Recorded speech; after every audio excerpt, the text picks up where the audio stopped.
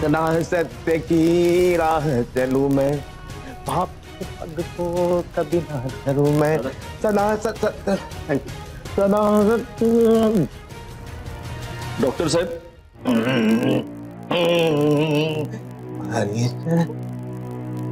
हा माणूस दादा होळकर.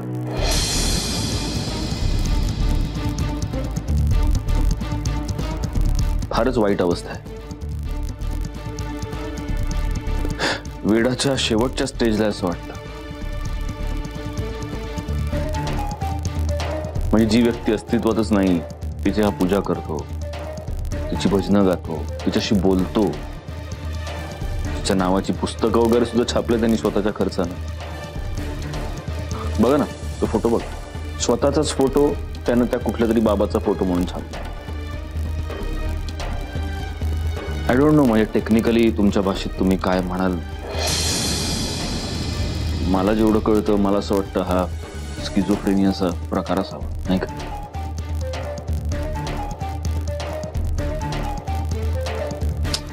Very sad. अरे बुधोळकर, काय चाललंय काय? अरे एकदा सांगितलं ना सगळं खरं खरं सगळं व्यक्त झालं. मी सगळं सांगितलं ना की कोण खरा खोटा ते सत्य की असं म्हटलं काय? मग परत हे नाटक कशाला पाहिजे होता? दादा, बेहिशोबी मालमत्ता जमा करणे, अंधश्रद्धा पसरवणे, दहशत निर्माण करणे, बरेच गुन्हे लागू शकतात रे तुला.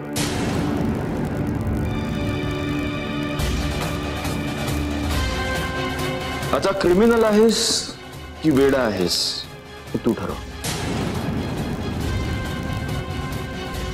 कुठे जायचं? जेलमध्ये की मेंटल असायलम?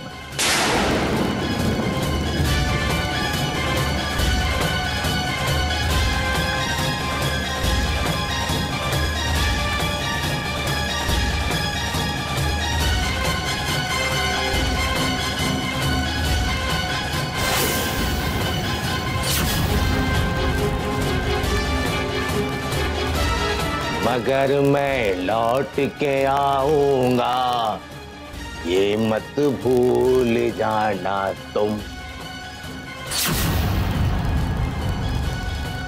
यूट्यूब ये तुम याद करना और मुझको याद आना तुम.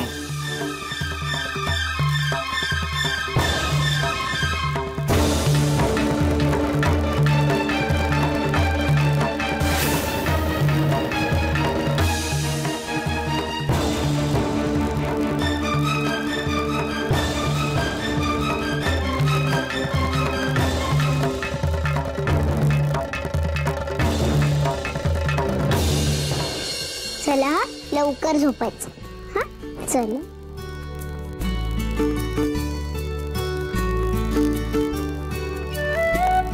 आर्या, बाळा मम्मा कुठे आहे बाळा तुझी? बाहेर आहे. बाहेर आहे? मग तू अशी एकटीच का बसलीस रूम मध्ये? नाही एकटीच बसलीये. अच्छा, पण मग तुला बोर होत असेल तर चल ना आमच्या रूम मध्ये युवी बरोबर खेळ. हा नको, परत तुला त्रास. मला काही त्रास होत नाही. तू आलीस ना तर मला मज्जाच येईल. आणि गंमत माहितीये का, मी ना एक नवीन गेम शिकलीये. तो मला तुला आणि युवीला शिकवायचा आहे म्हणून म्हणते चल. वाव. युवी मला सारखा विचारत होता मला आधी सांग, मला आधी सांग. आणि मी म्हणलं मी आर्या आल्याशिवाय कोणालाही सांगणार नाही. चालेल, मग जाऊयात आता खेळायला. हो चल. अरे बापरे,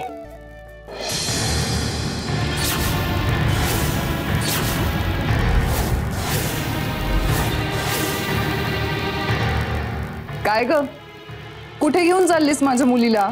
अगं ती रूम मध्ये एकटीच बसून बोर होत होती. मग म्हणलं चल आमच्या रूम मध्ये युवी बरोबर खेळायला. मम्मा, मी जाऊ युवी सोबत खेळायला? आणि आता दादा पण येतील ना घरी. मग तुम्हाला महत्वाचं बोलायचं पण आहे. उगाच आर्या कशाला मध्ये, मी तिला घेऊन जाते वरती. वा नेत्रा, खरंच सुधारलीयस का हा पण एक नवीन प्लॅन आहे तुझा? प्रिया, मी खूप पहिल्यापासून तुला सांगत आलीये ग की तुझ्या इतकी हुशार नाहीये मी. खरंच युवी सोबत खेळायला घेऊन जाते ती. चलो, देर आहे दुरुस्त आहे म्हणायचं. उशिरा का होईना, काकूला अक्कल आली म्हणायची. जा बाळा, तू जा युवी बरोबर खेळ. आपण काकूच्या खोलीत पसारा करायचा नाही. गुड गर्ल, जा. येते.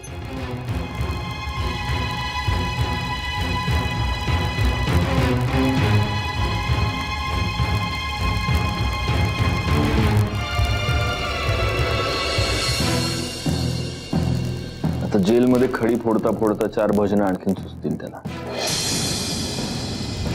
दादा होळकरने आजपर्यंत जेवढे गुन्हे केले ते सगळ्या केसेस पुन्हा रिओपन होतील. I will see to it. यावेळी नाही सुटत तो.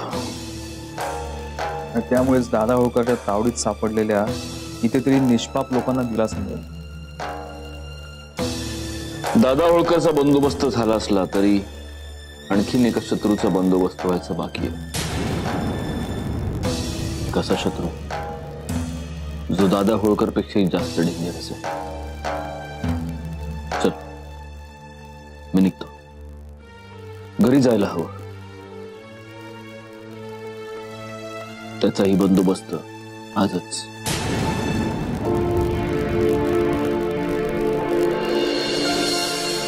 नाही, कन्फर्मच आहे. पण तरी मी तुम्हाला एक 5 मिनिटात कॉल बॅक करतो. हो, अगदी 5 मिनिटात. काय म्हणताय गौरांग भाऊजी? आय मीन टू बी भाऊजी. कसा चाललाय तुमचा केटरिंगचा बिझनेस? गौरांग, मी ठरवलंय, माझं आणि सत्यजितचं लग्न झालं ना की मी तुला तुझ्या बिझनेस मध्ये खूप हेल्प करणार आहे. म्हणजे तुझ्या बिझनेस डेव्हलपमेंटसाठी, बिझनेस ग्रोथसाठी. आणि हो, तुला सुद्धा काही मदत लागली तर हक्काने माझ्याकडे मागायला यायची. आफ्टर ऑल मी तुझी वहिनी होणार आहे. वहिनीकडे मदत मागायला अजिबात लाजायचं नाही. हा गौरांग, आज सत्यजित सांगणार आहे मला आमच्या लग्नाची तारीख, लग्न कुठे करणार, कसं करणार, वगैरे वगैरे. आणि आमच्या लग्नात केटरिंग तुझंच असणार आहे बरं का. आणि गौरांग, भावाचं लग्न, घरचं लग्न म्हणून पैशाच्या बाबतीत काही तडजोड करू नकोस. पर्सनल लाईफ आणि प्रोफेशनल लाईफ वेगळं असावं.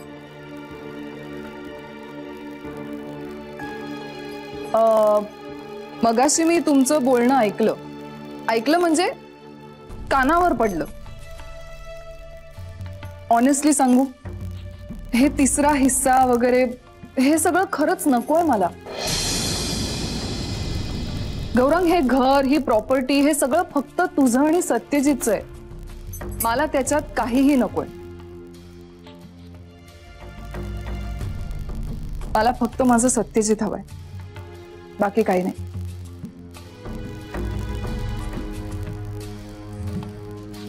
अरे मी डिस्टर्ब केलं का तुला? तू कामात होतास का? I am so sorry. Please carry on. आणि आता काय, वहिनी बनून कायमची या घरात आले की आपल्याला वेळ मिळेलच बोलायला. बाय.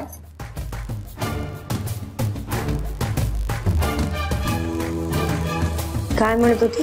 काय नाही, सोड ग. जितकी उंच उडते ना ती आता, तितकी जोरात जमिनीवर आपटणार आहे हे लवकरच कळेल तिला. चल.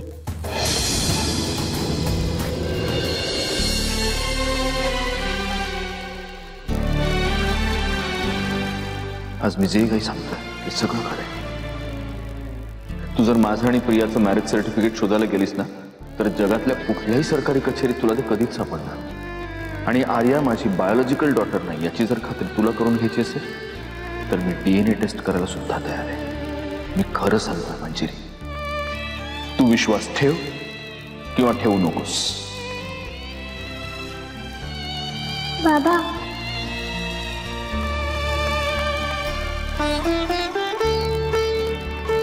कोणाचं नाहीये तरी माझा तुझ्यावर पूर्ण विश्वास आहे.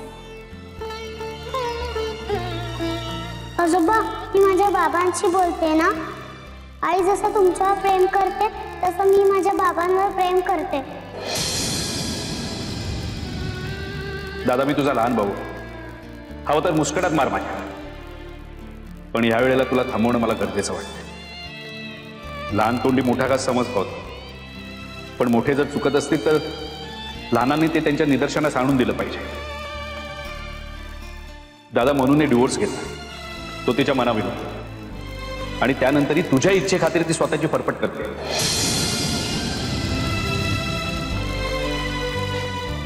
आजोबा आता आई बाबा एकत्र येणार ना? माहित नाही. बाबा आणि आई एकत्र आले तर तुम्हाला आवडणार नाही का? आजोबा खरंच माझे बाबा एवढे वाईट नाहीयेत, पण तुम्हाला एक सांगू का, मला बाबा आई आणि आजोबा एकत्र आलेले खूप आवडतील. आजोबा मी बऱ्याचदा हट्ट केला की तुम्ही मला शिक्षा करता, पण आता तुम्ही हट्ट करता, पण मी तुम्हाला शिक्षा नाही करणार.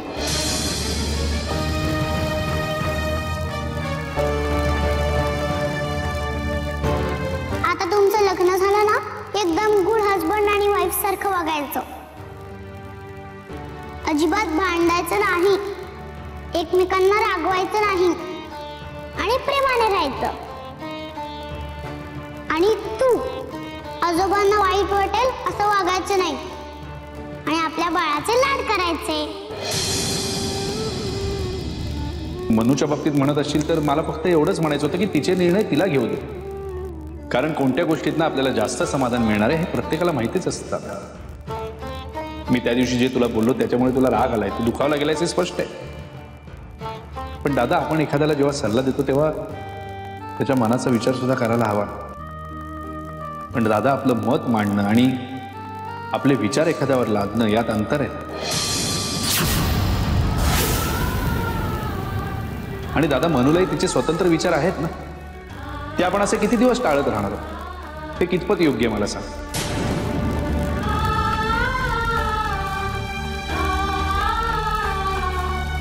आयुष्य पुन्हा त्याच वळणावर येऊन ठेपलंय. आता शुभ्राला पण तिच्या प्रश्नांची उत्तरं हवी आहेत. आजपर्यंत माझ्या घेतलेल्या निर्णयापासून मी कधीच तसूभरी ढळलो नाही. मी जे काही केलं करतोय ते सगळं केवळ तुझ्यासाठी, तुझं आणि तुझ्या आईचं आयुष्य सुरळीत व्हावं म्हणून करतोय शुभ्रा. बुधळकर जे काही बोलून गेले ते कितपत खरं आहे? मनूला वाटतंय की हा माणूस आता बदललाय, हे खरं असेल?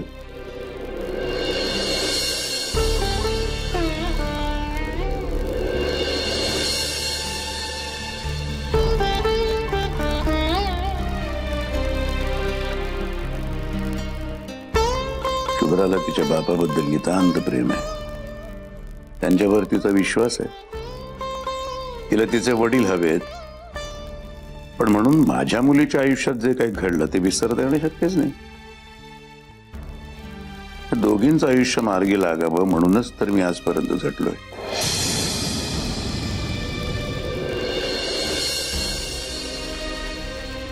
शुभ्रा खरंच निष्पाप आहे. मनून तरी असा कुठला गुन्हा केलाय? काय चुकलंय तिचं म्हणून तिने सगळं भोगलं? त्यामुळे आता निर्णय घेण्याची वेळ आली आहे. मला आता कुठला तरी निर्णय घ्यावाच लागेल, शक्य तेवढ्या लवकर.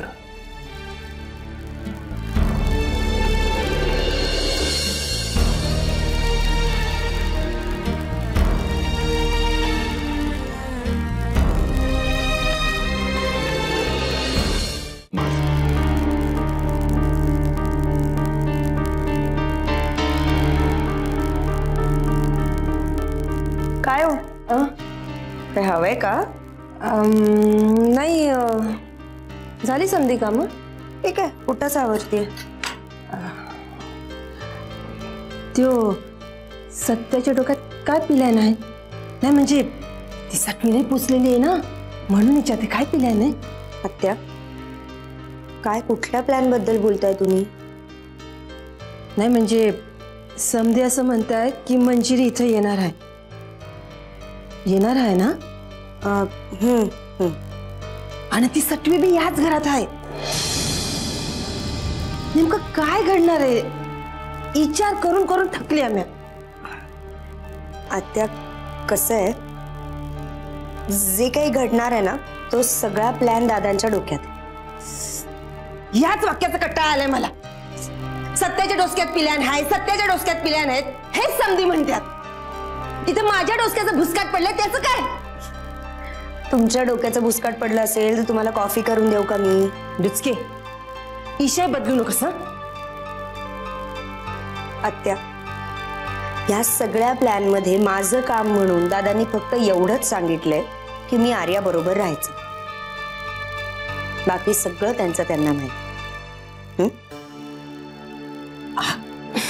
डुचके आत्या किती इम्पेशंट होताय. थोडा धीर धरा ना, योग्य वेळ आल्यावर कळेल सगळं सगळ्यांना. अगं प्लीज.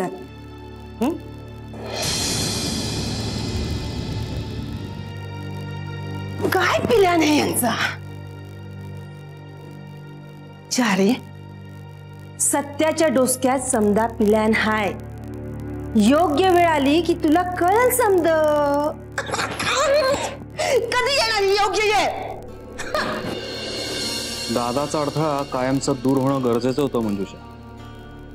आणि सत्यजितने त्याचा आता असा बंदोबस्त करून ठेवलाय की दादा आयुष्यात पुन्हा कधीही डोकं वर काढू शकणार नाही. पण हे सगळं इतके अचानक? सत्यजित फक्त योग्य ती वेळ शोधत होता. ती वेळ आली आणि दादाला जिथे पोचवायचं होतं तिथे पोचवलं. खरं सांगू विहंग, तर हे होणं गरजेचंच होतं.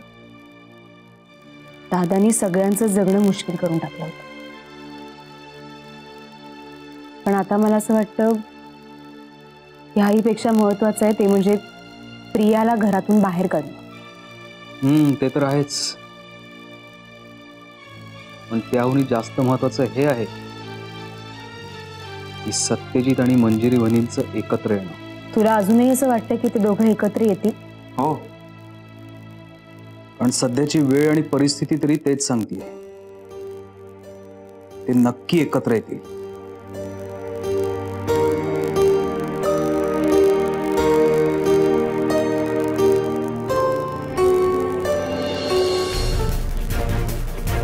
प्रिया, प्रिया,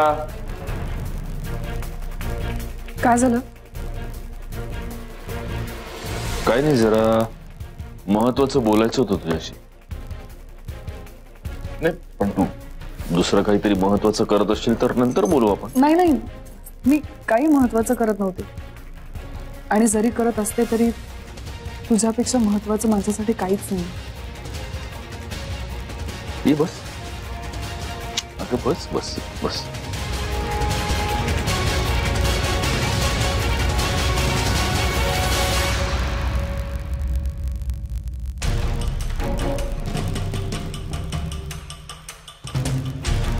प्रिया, मी तुला म्हटलं होतं की मी माझा निर्णय घेईन. सो काय ठरलंय तुझं? ते तर तुला सांगायचंच आहे प्रिया. म्हणजे तेच तर बोलायचं होतं आपल्याला, नाही का? मी खूप विचार केला प्रिया, खूप विचार केला. मी तुझं माझ्यावर एवढं प्रेम आहे आणि त्या प्रेमासाठी तू काय काय सहन नाही केलंस. लोकांची बोलणी सहन केलीस. वेळप्रसंगी लोकांनी हातही उचललाय तुझ्यावर. तुझा हा सगळा संघर्ष, हे सगळं जे तू. सत्यजित, तुझा फक्त एक होकार माझा आतापर्यंतचा सगळा त्रास, माझ्या सगळ्या वेदना एका मिनिटात गायब करेल. नाही, पण मुद्दा तो नाहीये. गोष्ट अशी आहे की गेल्या काही वर्षात मी सुद्धा खूप एकटा पडत गेलोय.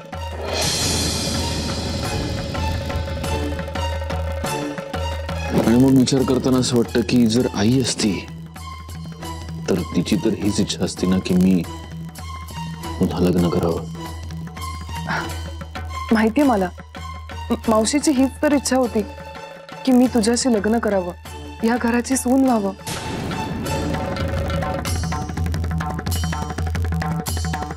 असेल.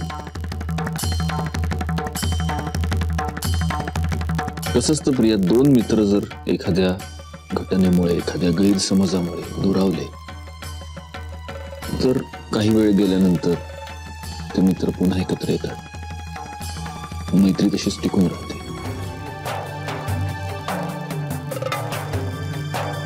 मग प्रेम करणाऱ्यांच्या बाबतीत हे का होत नाही?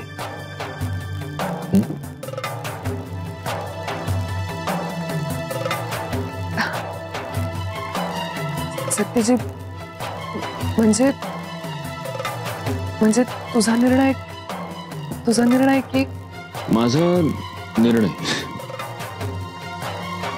माझा निर्णय असा आहे की